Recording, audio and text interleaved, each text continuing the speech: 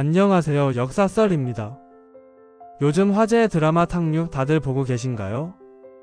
혹시 탕류라는 제목의 의미 또는 극 중 등장하는 상단주 왈패, 경강상인 같은 용어들이 낯설게 느껴지셨다면 이 영상이 정답입니다.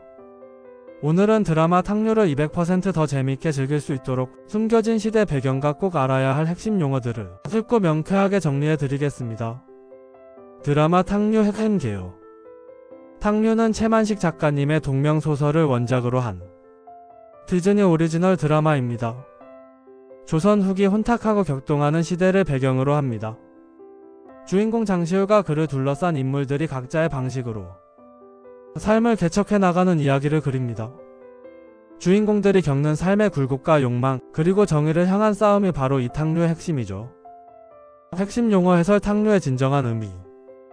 탕류는 한자로 흐릴탁 물결류를 써서 말 그대로 흐린 물 또는 흐린 물의 흐름을 뜻합니다. 하지만 드라마와 원작 소설에서는 단순히 흐린 물을 넘어 혼탁한 사회 흐름이 은유적으로 표현되어 있어요. 당시 조선 후기에 부패하고 혼탁하며 질서가 문란했던 사회상을 비유하는 의미로 쓰였습니다.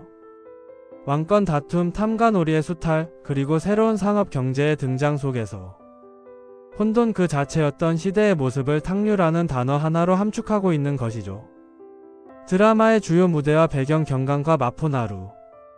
드라마의 주요 무대는 바로 경강, 즉 조선시대 한강 유역입니다. 그리고 그 중심에는 마포나루가 있었죠. 마포나루는 단순히 배가 드나드는 곳이 아니었습니다. 전국 팔도의 물자가 모이고 흩어지는 조선 최대의 물류 중심지이자 경제 심장부였어요. 이곳에서는 상인들의 치열한 거래와 권력 다툼, 서민들의 애환이 뒤섞여 탕류의 핵심적인 삶의 현장을 보여줄 것입니다. 드라마 속 인물들을 이해하기 위한 핵심 용어들. 상단과 상단주. 상단은 현대의 대기업이나 재벌처럼 조직적으로 상업활동을 하던 집단입니다. 상단주는 그 상단을 이끄는 최고 책임자, 즉 CEO이자 총수였죠. 드라마에서는 최은 같은 인물이 상단을 이끌며 경제적 영향력을 보여줄 것입니다. 경강상인.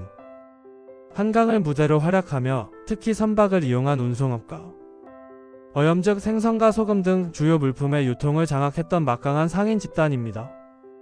왈패. 왈패는 재물을 빼앗고 백성을 괴롭히던 불량배 건달을 뜻합니다. 주인공 장시울이 이 왈패로 시작하여 어떻게 성장해 나갈지 지켜보는 것도 포인트입니다. 나루와 포구. 나루는 배를 타고 가는 장소, 작은 선착장이에요. 나루는 한자진을 말해요. 노량진 같이요.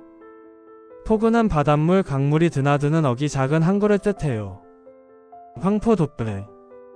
돛을 누런 황토비 천으로 만든 전통강 배인데 한강 연안에서 소금, 식료품 등 생활 물자를 내륙으로 실어 나르던 장사배 거룻배입니다. 도부상. 보찜과 등짐을 지고 전국을 누비던 상인들로 정보 전달 및 유통망 역할까지 하던 풀뿌리 상인들의 대표입니다. 객주와 여각.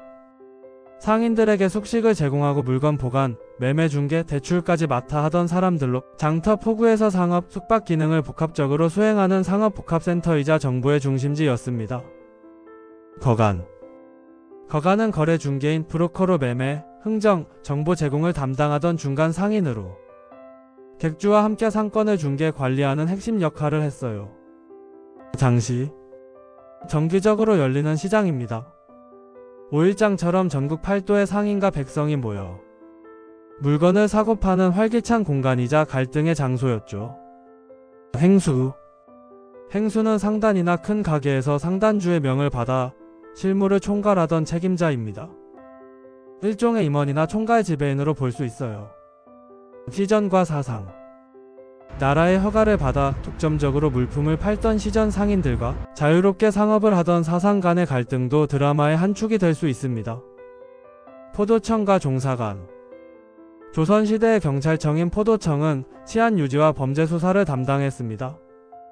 종사관은 그곳에서 수사를 지휘하고 실무를 담당하는 관리였고요. 드라마 속 정의로운 포도청 종사관 정천이 부패한 세상과 어떻게 맞설지 기대됩니다. 탐관오리. 백성에게 고통을 주고 나라를 좀먹던 부패한 관리들입니다. 탕류의 혼탁함을 상징하는 대표적인 존재들이죠. 주전과 환. 화폐 주조, 주전과 지역 간 환전하는 당시 상업의 중요한 부분이었고 때로는 비리의 온상이 되기도 했습니다. 왜 이 용어들을 알아야 할까요? 이렇게 여러 용어들을 알고 나면 드라마 탕류가 단순한 역사극을 넘어 조선 후기라는 시대적 탕류 속에서 인물들이 왜 그런 선택을 할 수밖에 없었는지, 그들의 욕망과 고뇌가 얼마나 현실적인지 더 깊이 공감할 수 있습니다. 각 인물들의 행동과 대사가 가진 진짜 의미를 파악하며 드라마의 메시지를 훨씬 풍부하게 받아들이게 될 거예요. 오늘 정리해드린 내용으로 드라마 탕류를 더욱 흥미롭게 시청하시길 바랍니다. 여러분께서 드라마를 보시다가 새롭게 알게 된 사실이나 궁금한 점이 있다면 언제든지 댓글로 남겨주세요. 이 영상이 유익하셨다면 구독과 좋아요, 그리고 알림 설정도 잊지 말아주세요. 다음 영상에서 또 만나요.